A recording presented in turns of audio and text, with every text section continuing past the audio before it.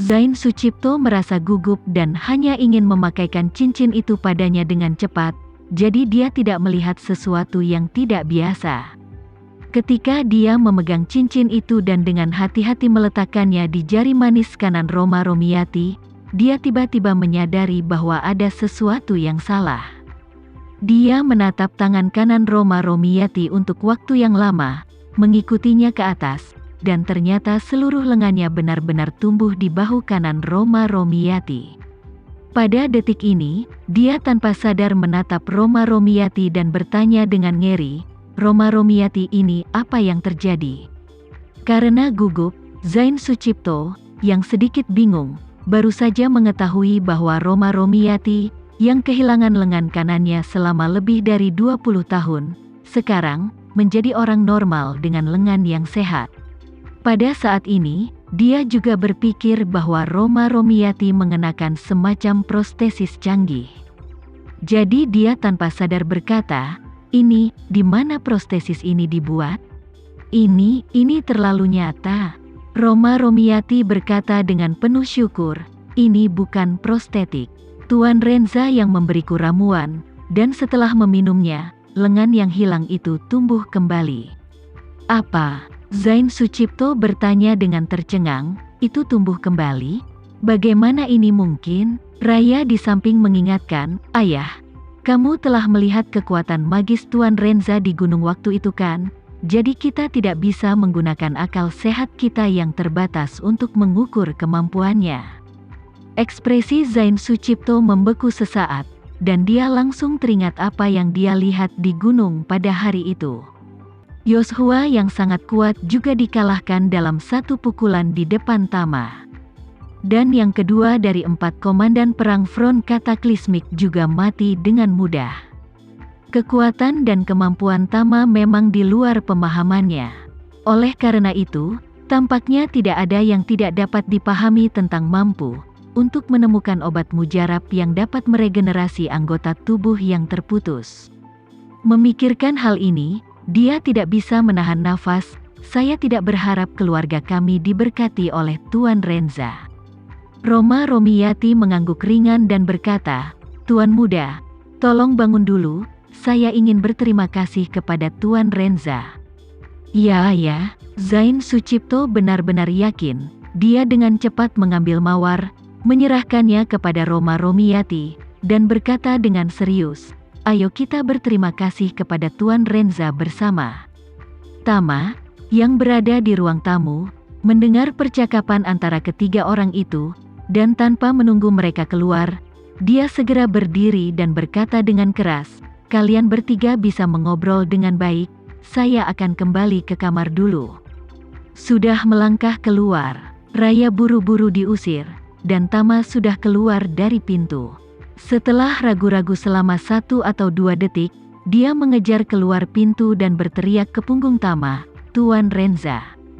Tama berbalik, melirik Raya, dan berkata, "Jangan lakukan apapun. Saya bilang kamu akan menemani mereka kembali besok. Saya yakin kakekmu dan yang lainnya akan sangat senang mengetahui kabar baik ini. Mengapa kamu tidak kembali dan memberi mereka kejutan? Selain itu, ketika saya kembali ke Indonesia, saya akan mengadakan pernikahan untuk orang tuamu. Jika putri ini punya ide, dia dapat menemukan perusahaan pernikahan terlebih dahulu untuk memulai komunikasi." Raya sangat tersentuh, dan dengan cepat bertanya, "Tuan Renza, bisakah saya tinggal di sini dan menunggu kirimanmu? Ketika Anda di sini pasti ada banyak tempat di mana orang perlu dipekerjakan." Tama melambaikan tangannya dan berkata, "Kamu tidak harus tinggal di sini. Kembalilah untuk menemani orang tuamu. Mulai hari ini dan seterusnya, kamu akan dianggap sebagai satu-satunya anak dari keluarga 3. Setelah berbicara, dia berkata lagi, "Oh, omong-omong, pergi ke tempat saya untuk tidur di malam hari. Ada banyak kamar. Kamu dapat memilih siapa saja dan memberi mereka sedikit ruang pribadi." Dia menjulurkan lidahnya, menutup pintu secara langsung, berlari ke arah Tama dengan ringan, dan berkata sambil tersenyum, "Saya tidak berpikir saya harus tetap sebagai bola lampu. Suatu malam, banyak orang begadang semalaman karena kebahagiaan mereka. Ito Yuhiko sedang berbaring di ranjang hotel saat ini, sambil mengayuh sepeda udaranya ke udara, sambil melihat lampu gantung dengan kegembiraan yang konyol. Dia sangat menyukai perasaan mendapatkan kembali kakinya. Jika dia tidak takut dengan kemarahan putrinya, dia ingin keluar dan berlari 3 putaran di sekitar New York. Hal yang sama berlaku untuk Tanaka.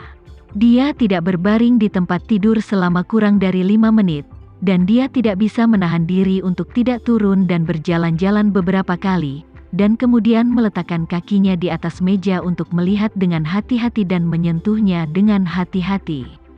Roma Romiyati tidak memiliki banyak kesempatan untuk mengalami perasaan memiliki tangan kanannya lagi, karena Zain Sucipto tidak sabar untuk menggendongnya ke kamar tidur. Setelah lebih dari 20 tahun, keduanya menghidupkan kembali gairah tahun ini. Adapun Dunchan, yang pertama mencoba pil resaping dan dia kembali ke rumahnya di Houston bersama istri, putri, dan menantunya dengan jet pribadi keluarga Poland. Sejak Sinta mendukungnya, citranya di mata keluarganya sebanding dengan superhero. Pada tahun-tahun awal mereka, istri dan putrinya tinggal bersamanya di New York.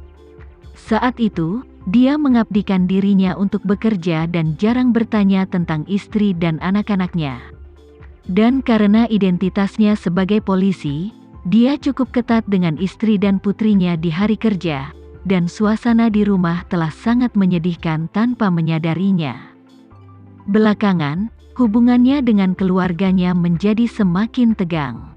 Ketika putrinya masih kuliah, dia sengaja masuk sekolah di New York dan memilih untuk belajar di Houston, untuk menjauh darinya sehingga dia bisa bernapas lega.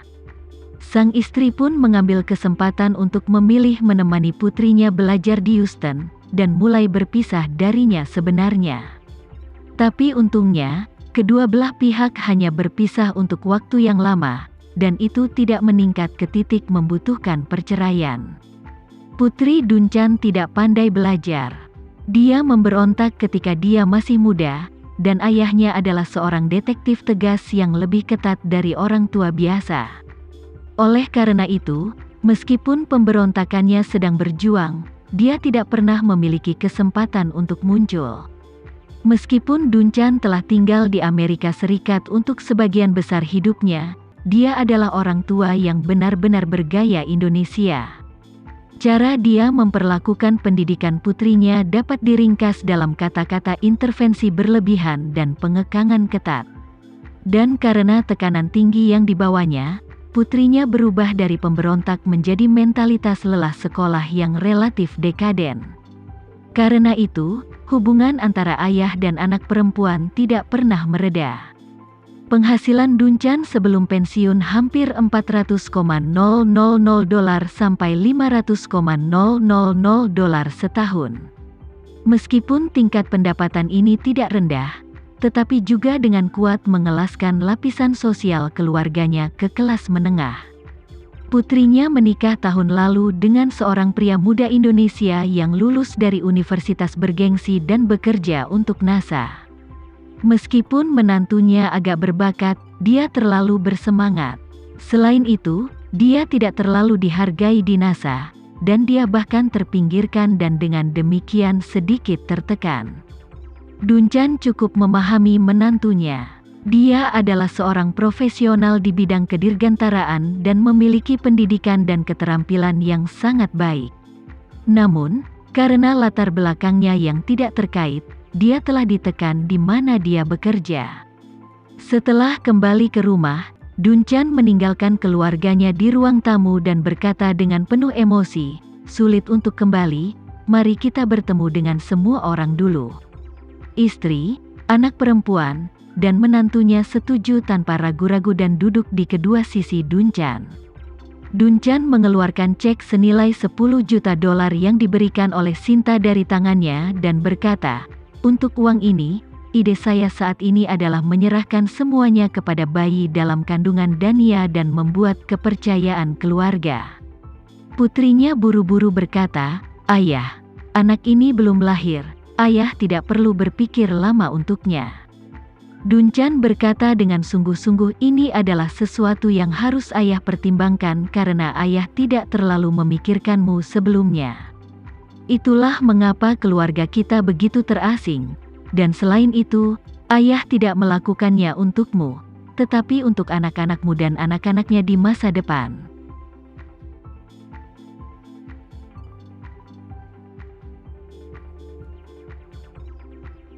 Sekian dulu ya video kali ini, kita lanjutkan lagi videonya di lain waktu.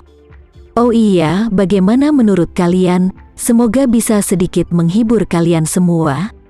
Untuk teman-teman yang baru nonton, jangan lupa subscribe ya, hehehe.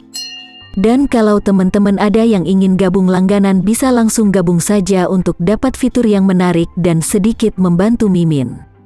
Terima kasih banyak sudah menonton, sampai jumpa lagi, bye.